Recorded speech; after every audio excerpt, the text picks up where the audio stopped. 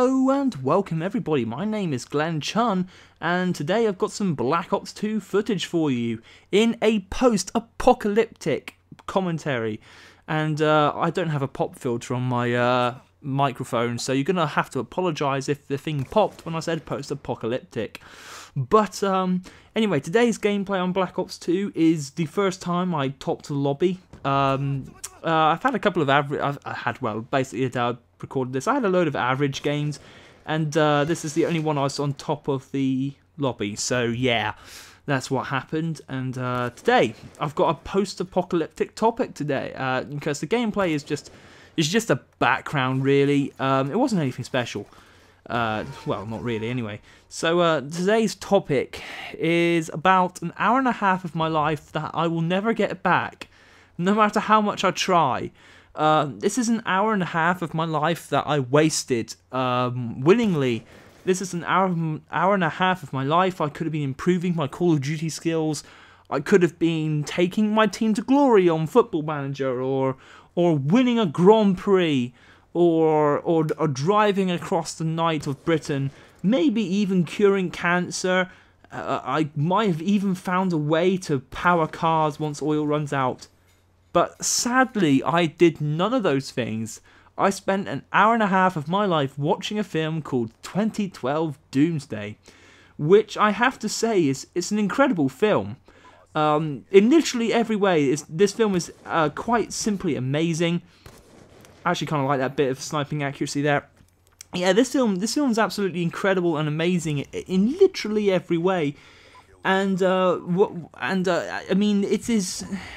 And if you're thinking this is a positive way of starting out a commentary, what I mean by that is it's positively, incredibly terrible. There is not a single thing in this film done properly. Nothing, absolutely zilch, zero, bazingly nothing done well. It's all done terribly and horribly and to an absolute, it's everything is substandard basically. It's like the whole film was shot on the first take, and then all the directors just said, "Oh, that'll do," you know, that'll do, you know. It sort of looks like he's sad, you know. Yeah, it sort of looked like he died. that must mean that the film makes sense. That must mean it's good, you know. If it looked like he died, sort of. So, there you go, that's fantastic. Now, normally when I talk about this film to people, they say, I ask them, have you seen 2012 Doomsday? And they automatically assume I'm talking about the one where it ends on the arcs, you know, the 4 boats, and everybody sails away after travelling across the ocean. They drive out of the back of a plane in a Rolls Royce. A lot of people think I'm talking about that film, but I'm actually not. I'm talking about a film which capitalized on the hype of that film, because that film was quite heavily hyped up, and then basically this film was sold off of the back of that hype. You know, they literally just made this and hyped up and sold it, hoping people would get confused between the two films and accidentally buy it.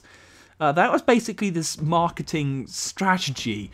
And let me tell you, if you bought this film, you really made a big mistake, because the difference in quality between the 2012 film that most people have seen and this film is astronomical. It's like, it would be like going from Battleship to Pride and Prejudice. The quality in film is just not on this earth. And most people think the more common 2012 film is shit, which in most regards it's not a very good film. But compared to 2012 Doomsday, let me tell you, there's just no such thing as a better film. This film, I suppose I should really stop ranting now and come up with some specific reasons why it's terrible. My biggest thing that I'm going to pick on first is continuity. Nothing. The continuity in this film, they forgot about it. Maybe it was made by a load of Mexicans who don't even know what continuity is. I mean, it's possible, I guess, because, well, there's a couple of scenes that I'd like to pick on. There's this one scene where it opens up with a blizzard. You know, there's a blizzard happening in Mexico, which is the end of the world, so I guess I could kind of see that. Yeah, it's apocalyptic, blizzard in Mexico, brilliant, fantastic.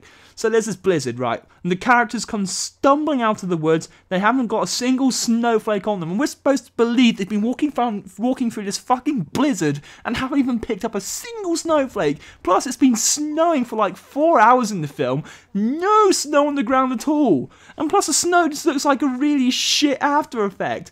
It's like some noob who's used Adobe After Effects for the first time has attempted to do a special effect and failed spectacularly. It's just literally the fact that this claimed to be a professionally made film is an insult to professionally made films. There was no consideration for anything that made sense. And plus, there's this other scene that I'm thinking of. There's a hailstorm, right? All of a sudden, there's a massive hailstorm, and we see a shot of the car swerving across the road.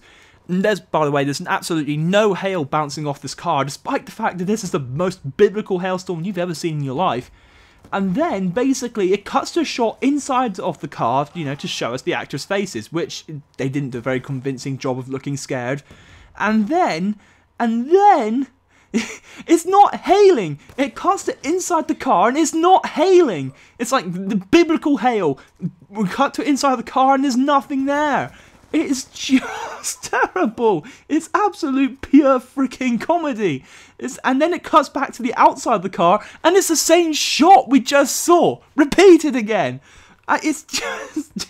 Oh yeah, all of a sudden they've reversed and taken that bit of the road again at the exact same speed. It doesn't make any sense.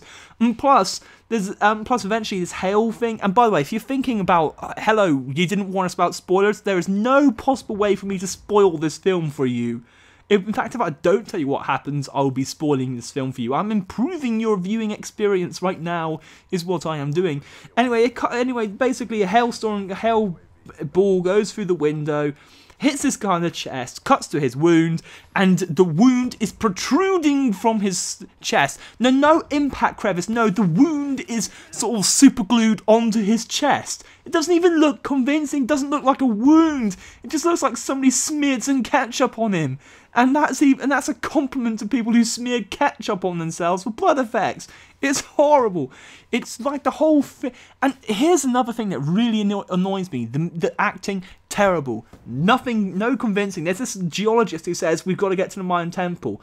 So he goes, you might expect something like, if we get to the Mayan temple, then I have a feeling we can prevent the end of the earth. No, not that. No, all it is we got to get to the Mayan temple now! It's like, wow, oh, you're going to talk like a Marine? Really? Really? Yeah, that's convincing, because all geologists talk like Marines. And then, oh my god. Then there's another problem with the film. Constant drone of music. There is not a single second of the film that hasn't got music dubbed onto it. Not one. It's just constant droning music. Not even, I wouldn't even say a tenth of it is appropriate to the scene. It's just like going dun dun dun dun dun dun dun dun dun dun, and it's just a car driving down the road really casually. It's just horrible. And then there's about 1,000,001 aerial shots of like Batman epic music going on, about 1,000,001 aerial shots of forest, and nothing happens in the forest. It's showing you nothing. It's just a static shot of a forest. It's like, why is that? It's not relevant to anything going on in the film. Doesn't establish any shots. It serves no purpose but to waste time. And then there's a shot, by the way, there's a girl gets some woman out of a building, and then all of a sudden it cuts to a shot of a motorway with a traffic jam on it, and then the next shot is somebody driving along a desert track. It's like, why the shot of the motorway? But the worst thing in this film, and I hope I have enough time to talk about it, is the scene of one of these deaths. One of the death scenes is absolutely... oh, it's terrible. Basically, this guy is holding on to the edge of a... Oh yeah, they're driving along. Big crack appears. So basically, the guy stops. We watch him stop outside shot of the car stopping. We cut to inside the car. It's still moving forward at 50 miles an hour. And by the way, it's not even a forest outside the window yet. We clearly see it's a forest from outside. Then he puts the car into reverse. We cut to a shot of the woman inside the car. The car is still travelling forwards. Then we see the car start to reverse, and it cuts to a shot of the guy inside the car. The car is still going forwards, and then he stops after reversing, cuts to inside the car, and the car's reversing. It's horrible, and then the guy dies, and he's just literally there going, no, I gotta let go to save her lives, and then they let go of him. It's just literally, down into like a load of grey screen, and plus there's this other shot of a light inside the plane, just a yellow light there. It's like, you couldn't disguise that any better, really? Terrible film, toodles.